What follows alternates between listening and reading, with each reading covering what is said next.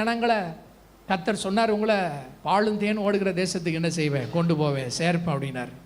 ஒரு 12 பேரை வேவ பார்க்க அனுப்புனார்.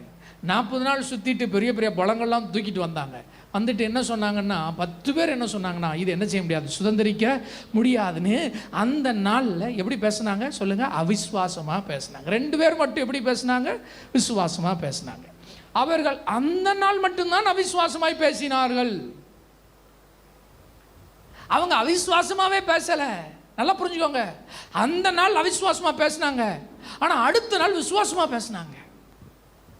சொல்லுங்க சொல்லுங்க, அந்த நாள் அவிசுவாசமாக பேசினாங்க, சொல்லுங்க, அடுத்த நாள் விசுவாசமாக பேசினாங்க. இப்படி சொல்கிறேன், பேச வேண்டிய நாள் விசுவாசம் என்னச்சல பேசலை, சுதந்திரிக்க முடியாது, போக முடியாது, ராட்சசர்கள் அப்படின்ட்டாங்க.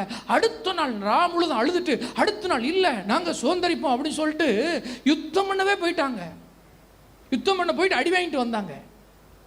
எப்பா நீ எப்பப்பா பேசியிருக்கணும் சொல்லுங்க, எப்போ பேசியிருக்கணும்? ஒரு நாள் இருந்தது, அந்த நாளிலே நீ நினைக்கப்பட்டு 12 கோத்திர பிதாவாக 12 பேரும் எழுமி நின்று அந்த நாளிலே நீ விசுவாசத்தை பேசியிருந்தால் நீ சொந்தமாக்கியிருப்ப, சுதந்திரிச்சிருப்ப.